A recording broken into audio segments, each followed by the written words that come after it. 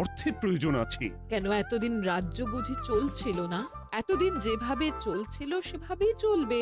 সময় পাল্টাচ্ছে, এখন শুধু সিংহাসনে বসে থাকলেই চলে না, দেশ বিদেশ ঘুরে দেখতে হবে কিভাবে রাজ্যের উন্নতি হয়, লাভ হয়, সেই নিয়ে নতুন করে ভাবতে হবে। তার মানে আপনি ঠিক করে নিয়েছেন আপনি যাবেন, তাই তো? হ্যাঁ। আর যতদিন আপনি না থাকবেন এখানে কি হবে ভেবে দেখেছেন মহারাজ? কে সামলাবে সব?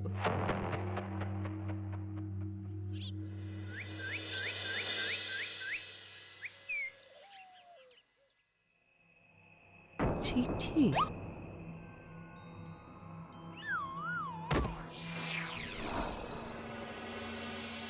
আমি অনেক ভেবে দেখলাম, আসলে এসব সিংহাসন, ক্ষমতা, প্রতিপত্তি অর্জন করা আর রক্ষা করার জটিলতার চেয়ে বাকি জীবনটা শান্তির সাথে বনে কাটিয়ে দেওয়াই ভালো।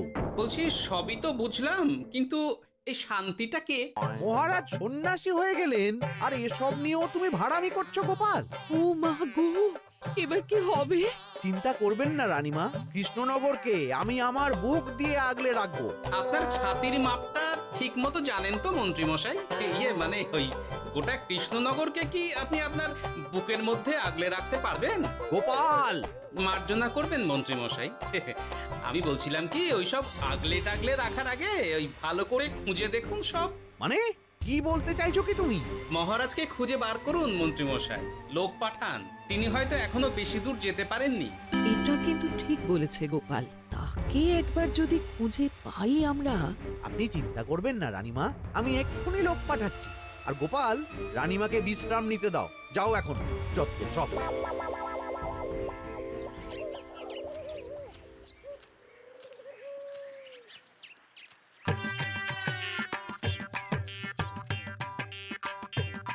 ওই গো, গেলে কই? এক ঘটি জল দাও দেখি। ওই জলই খেতে হবে, শুধু জল। ঘরে এক দানাও চাল নেই। যদি বাজারে না গেলে আজ হরি মটন। রাজ্যে রাজা নেই আর তুমি ঘরে চাল নেই বলে চিল্লামিল্লি করছো, চত্ব সব।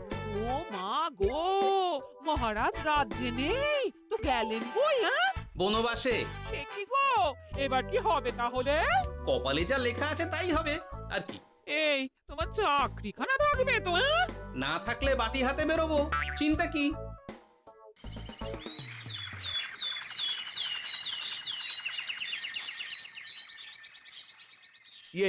মহারাজ যখন নেই তখন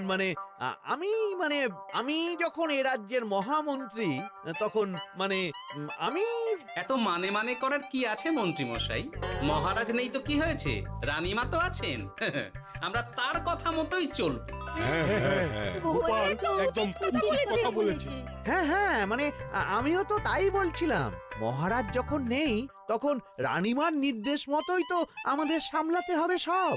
কতদিন আর আগলাবে গোপাল? আজ নয় কাল এই শর্মাকেই বসতে হবে এই সিংহাসনে। যতদিন পারি ততদিন তো চেষ্টা করতেই হবে মন্ত্রী মশাই।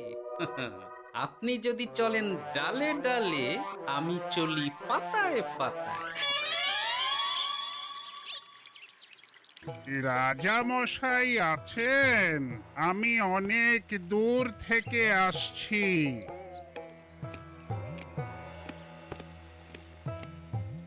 মন্ত্রীমশাই, একজন সাধু এসেছেন রাজামশাইয়ের সঙ্গে দেখা করতে। বলছেন অনেক দূর থেকে এসেছেন। জানো না মহারাজ এখন নেই? যাও চলে যেতে বলো ওকে। মহারাজ নিরুদ্দেশ। এই মুহূর্তে সত্যিই যদি কোনো প্রাজ্ঞ সাধু বাবা রাজবাড়িতে তার পায়ের ধুলো দেয়, বলা তো যায় না যদি মহারাজের হদিস তিনি দিতে পারেন। ঠিক ঠিক, একদম ঠিক বলছেন পণ্ডিত মশাই। বেশ বেশ, ডেকে আনো তাকে, দেখি সে কি বলে।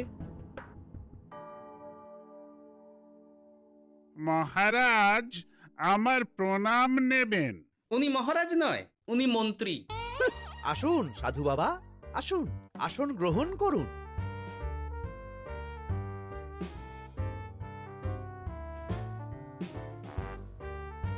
এ কি করলেন সাধু বাবা? এটা তো মহারাজের সিংহাসন।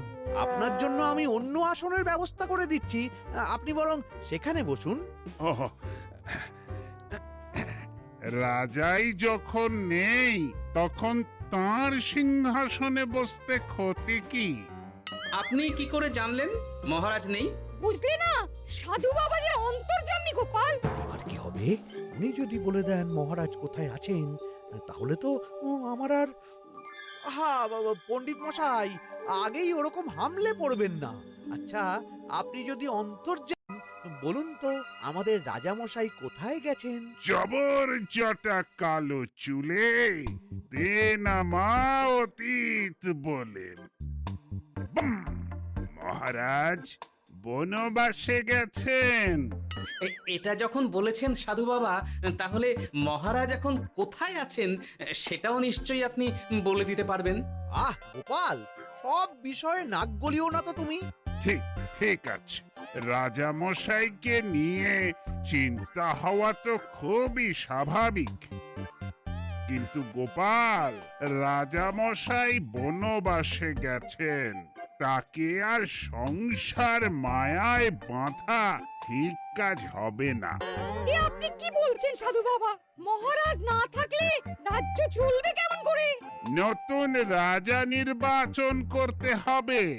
এই তো খেলা জমে গেছে, একে দিয়েই কাজ হবে মনে হচ্ছে।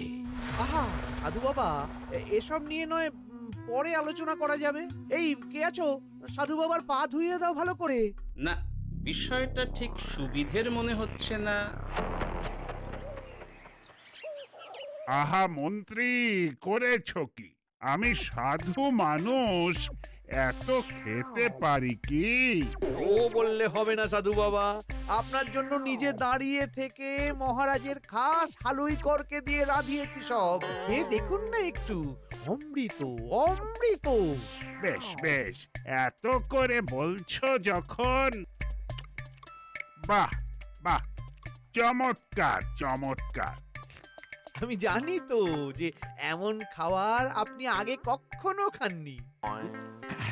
তা বটে বটে, ভেবেছিলাম কটা দিন বিশ্রাম নিয়ে চলে যাব।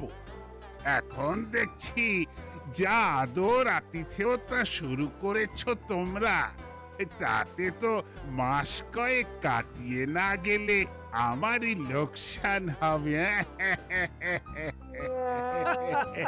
থাকুন না, থাকুন, যতদিন ইচ্ছা থাকুন। আমার ইচ্ছা অনুযায়ী সব চললে তো ওই গোপালের জায়গায় আপনাকেই সবার মহারথী করে রেখে দিতাম চিরকাল। এসব কি বলছো মন্ত্রী? কেন, পরিকল্পনাটা মন্দ নাকি? আমি হব এই রাজ্যের নতুন রাজা, আর আপনি হবেন আমার রাজসভার প্রধান মহারথী। বটে, কাজটা খুব একটা কঠিন না। মহারাজ বনবাসে, আর আপনি নিজেই তো বললেন তাকে ফিরিয়ে আনাও ঠিক হবে না। তাহলে তা বলেছি, কিন্তু বাকি অন্যান্য সভাসদেরা আছে, তারা তো। আরে ছাড়ুন তো ওদের কথা। আকাশে হাত ছড়িয়ে আর একবার মন্ত্র করে নেবেন, বলবেন এই রাজ্যের রাজা হওয়ার ক্ষমতা একমাত্র আমার মধ্যেই আছে। ব্যাস, সবাই মানতে বাধ্য। তারপর আমার একটা হিল্লে হয়ে গেলে আপনারটার ব্যবস্থাও আমি করে দেব, বুঝলেন? বুঝলাম,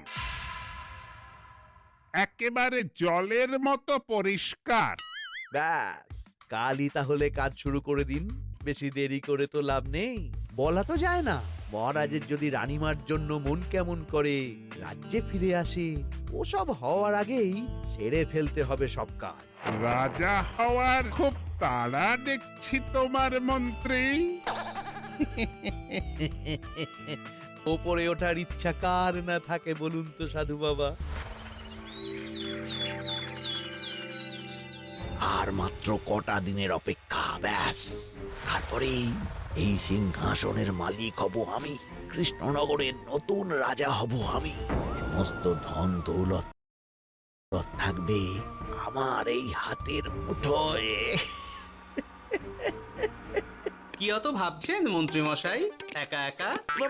মানে কি ভাবছি তার কৈফিয়ত তো তোমায় দিতে হবে। হ্যাঁ, হেমা, ছি ছি ছি, আপনি কেন কৈফিয়ত দেবেন? আপনার মুখ দেখলেই তো বোঝা যাচ্ছে যে আপনি কি ভাবছেন। তাই বুঝি? তা বলো দেখি কি ভাবছি আমি। আপনি ভাবছেন ওই কৃষ্ণনগরের সিংহাসনের কথা। শুনে ফেললো নাকি সব?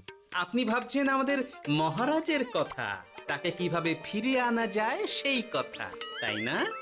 মহারাজকে যে আর ফিরিয়ে আনা যাবে না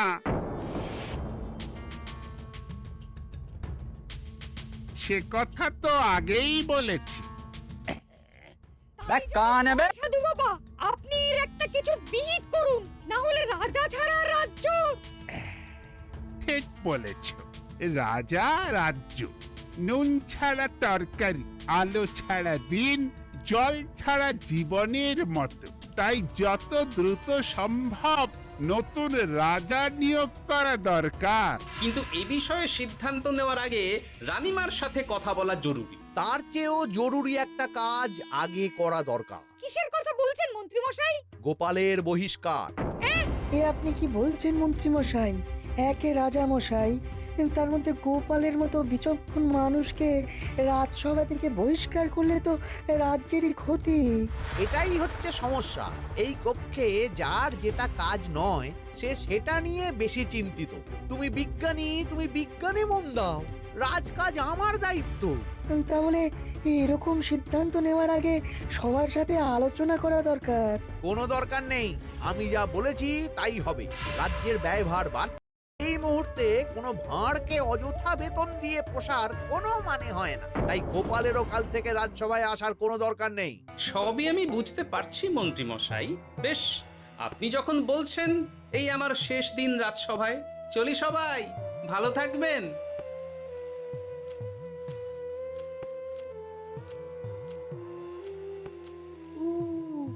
এত সহজে যে বেটা মাঠের বাইরে চলে যাবে বুঝতেই পারিনি আগে। এবার আমার আর সিংহাসনের মাঝে নেই কোনো বাধা, নেই কোনো কাটা। তুমি চিন্তা করো না, আমি নিজে মন্ত্রীর সাথে কথা বলবো। না না রানীমা, সেসবের দরকার নেই। মহারাজ ছাড়া রাজবাড়ি শূন্য শূন্য লাগে, আমারও মন লাগছে না এখানে। বেশ, যা ভালো বোঝো তাই করো, তবে ডাকলে এসো কিন্তু। হ্যাঁ রানীমা, নিশ্চয়ই আসবো। এখন আমি চলি। যাক, এই কদিনে মাথাটা খেলানোর সময় পাওয়া যাবে একটু, না হলে কেমন যেন গুলিয়ে যাচ্ছে সব। কি যে বলো গোপাল দাদা, এই শেষ দুটো শাকের আটি নিয়েও দরদাম করবে তুমি? ওরে, আমি বেকার মানুষ, দরদাম না করে উপায় আছে আমার? হ্যাঁ শোনো শোনো শোনো, মহারাজ কৃষ্ণচন্দ্রের অবর্তমানে কৃষ্ণনগরে নতুন রাজা হিসেবে নির্বাচিত হবেন রাজ্যের মহামন্ত্রী। সেই শুভানুষ্ঠানে রাজবাড়িতে আমন্ত্রণ রইল। এসব কি হচ্ছে বলো তো গোপাল দাদা? ভেতরের খবর আছে নাকি কিছু? না গো ভাই, তুমিও যা জানো আমিও ততটুকুই জানি। ও গোপাল দাদা, ব্যাপার কি? এ সময় এখানে কি চাই? রানীমার জরুরি তলব, এখনই ওই রাজবাড়ি যেতে হবে তোমাকে। কিন্তু আমার যে বাজার হয়নি এখনো। আরে ওসব বাজার টাজার পরে হবে, তুমি এখন আমার সাথে চলো তো। মন্ত্রীকে আমি বিশ্বাস করেছিলাম, ও যে এইভাবে বিশ্বাসের সুযোগ নেবে আমি একদম বুঝতে পারিনি। আমাদের এক্ষুনি অন্যান্য সভাসদদের সাথে কথা বলা দরকার রানীমা। কারোর সাথে কথা বলার দরকার নেই রানীমা, আমি নিজেই চলে এসেছি আপনার সাথে কথা বলতে। এখানে কি জন্য এসেছো গোপাল? রানীমার কান ভাঙাতে? বাহ, আপনি সবার মাথা মুড়িয়ে সিংহাসন কবজা করতে পারেন, আর আমি রানীমাকে সেই সত্যি কথা জানাতে পারি না? হ্যাঁ? চুপ! ভুলে যেও না, আমি কৃষ্ণনগরের হবু রাজা। মুখ সামলে কথা বলবে আমার সাথে। এসব কি হচ্ছে মন্ত্রী মশাই? রাজা মশাই নেই, সেই সুবাদে এ কি শুরু করেছেন আপনি?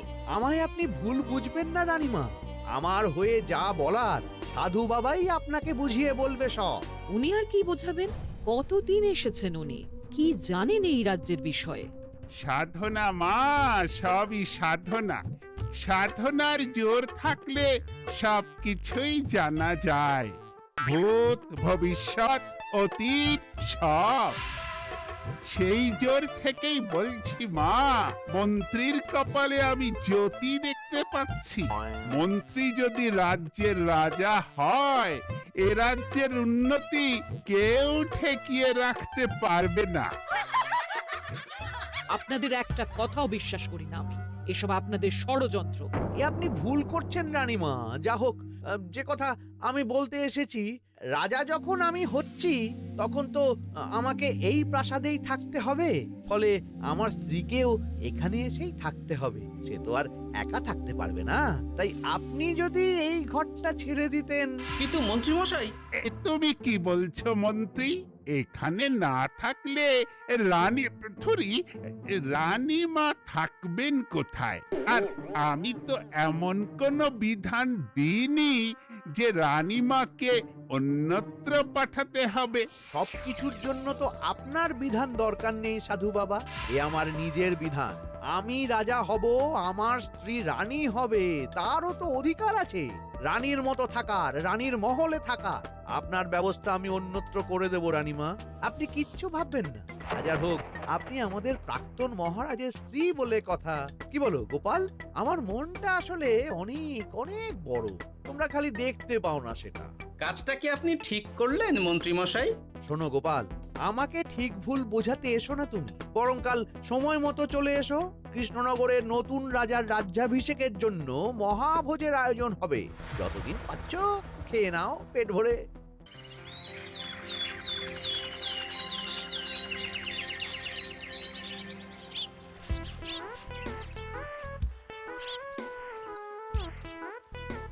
আরে এগুলো আবার কি পরে আছে এখানে?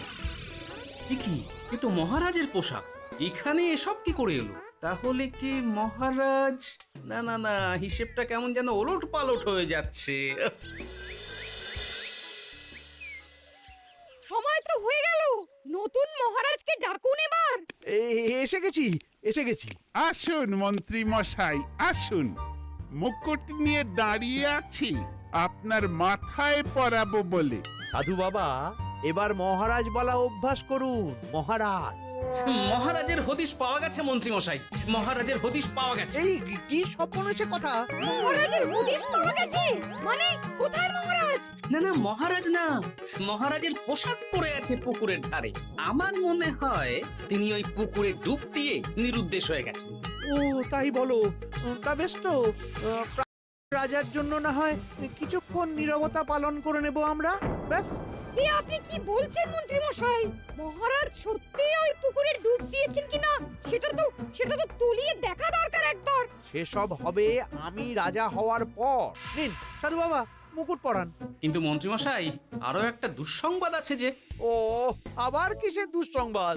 মহারাজ যে পুকুরে ডুব দিয়েছেন সেই কথা বলতেই রানীমা অজ্ঞান হয়ে গেছে। তুমি যে কি করো না গোপাল, শুভ সময়ে অশুভ একটা সংবাদ দিয়ে দিলে তো সব বরবাদ করে। এই কে আছো? গ্রেপ্তার করো গোপালকে। তার আগে তোমায় গ্রেপ্তার করা হবে। এত বড় সাহস তোমার? হবু রাজাকে গ্রেপ্তার করার কথা বলো তুমি? আজ তোমার একদিন কি আমার একদিন। কিসের হবু রাজা? আমি কৃষ্ণনগরের আসল রাজা। হ্যাঁ, আমি। কি মহারাজ, আপনি? হ্যাঁ, আমি। অনেক দিন ধরে তো তোমার বাড়বাড়ন্ত দেখলাম, আজকে খেলা শেষ। কিন্তু গোপাল, রানী কোথায়? কেমন আছে সে? এক্ষুনি তার কাছে আমাকে নিয়ে চলো। রানীমা ভালোই আছে মহারাজ, কিচ্ছু হয়নি তার। কিন্তু তুমি যে বললে রানী অজ্ঞান হয়ে গেছে। এটুকু মিছে কথা না বললে যে আপনার লুকোচুরি খেলাটা এত সহজে শেষ হতো না মহারাজ। লুকোচুরি বটে, কিন্তু তুমি বুঝলে কি করে এত সব? প্রথম সন্দেহটা হলো যখন রানীমাকে অন্যত্র রাখার কথা বলতেই আপনি বিচলিত হয়ে উঠলেন, তখন। তারপর পুকুর পাড়ে আপনার পোশাক।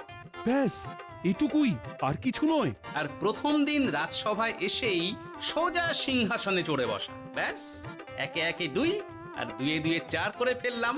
তারপর মনে হলো রানীমার প্রতি টান ফিরিয়ে আনতে পারে আপনাকে আপনার আসল রূপে। তাই এই মিছে কথা।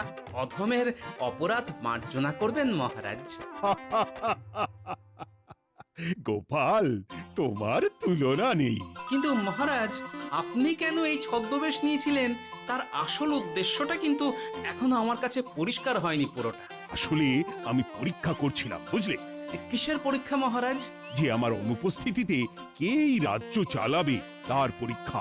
এবং আমি ঠিক করেছি যে কদিন ব্যবসার কাজে আমি বাইরে থাকব ততদিন রানীর পরামর্শ মতো সমস্ত কিছু সামলাবে গোপাল।